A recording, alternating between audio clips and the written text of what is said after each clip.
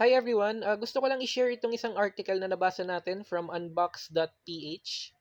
Okay, GCash to charge transaction fees for BPI Union Bank cash in. Okay, by Dewey Gison, published August 12, 2023. Okay, so maraming salamat po. Now, pag binasa natin yung article guys, ang sabi dito, isa daw sa mga selling points ng GCash is that wala itong fees for cash-ins kapag yung mga GCash natin nakalink sa BPI or Union Bank accounts natin. Okay? Pero as much as GCash wants to keep that feature, factors like inflation have forced it to end its zero transaction fee feature for linked BPI and Union Bank accounts. Okay? So, GCash made the announcement via its help center under general cash-in inquiries where it implement a 5 peso fee to link BPI and Union Bank accounts starting October 2, 2023. Okay? October 2 pa siya magsisimula.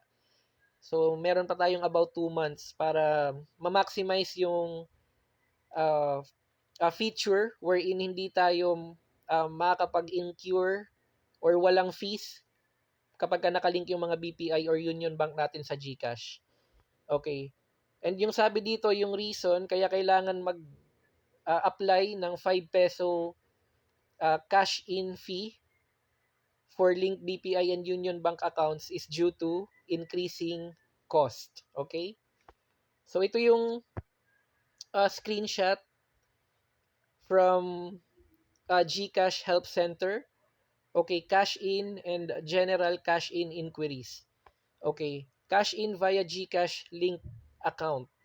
Okay, due to increasing cost, link accounts will include a convenience fee for every cash in transaction. Okay, for every cash in. Nako, sayang. Ilang limang piso 'yon. Okay, starting October 2, 2023 and listed below are the banks that will come with a convenience fee. Okay? So BPI and Union Bank meron tong 5 peso fee for every cash in.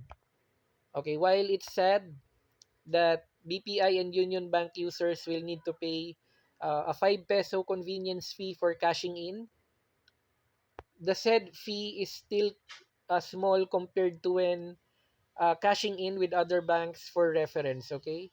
So, pag clinic natin itong doing cash-ins via online banking apps, sinasabi nila dito na mas mura pa raw yung i-apply nila na fee compared sa ibang mga online banking apps, okay? So, pag chinek ko ito, okay, so ito yung mga bangko na aside from BPI and Union Bank. Ito, for example, BDO. Okay, kapag ka nagka-cash in daw sa BDO, meron itong cash in charge na 25 peso per successful transaction, okay? So ang sinasabi nila, given na mag-a-apply sila ng cash in fee na 5 peso for every transaction for every cash in transaction for Union Bank and BPI linked account sa GCash, kahit papaano daw mas mura pa raw yung 5 peso kumpara sa charges ng ibang mga bangko or online banking applications, okay? Now, kung gusto naman nating ma-enjoy yung mga cash-in na walang transaction fee, ito yung mga options natin as consumers or retailers, okay? Via over-the-counter outlets like Globe Stores, Mercury Drug, Ministop, and Robinson Supermarkets. As long as you don't exceed a cash-in amount of 8,000 pesos per month, okay? Or via link PayPal account. Ayan guys, so in the meantime, we still have less than 2 months to enjoy no fees for cashing in via link BPI and Union Bank accounts. So you better plan your GCash transactions ahead of time. Pero kasi nga, pagdating nga nung October 2 onwards, ganun rin naman yun. Meron at merong charge.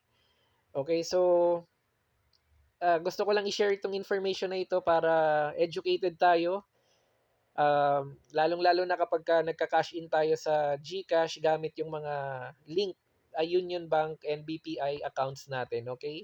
So, disclaimer statement guys for our Involve Asia and Cryptocurrency YouTube channel. All the information on our website is published in good faith and for general information purpose only. Any action that you take upon the information you find on our website, Involve Asia and Cryptocurrency YouTube channel is strictly at your own risk. Okay, so more fruitful gains, everyone. I'll see you again on our next vlog. Bye for now.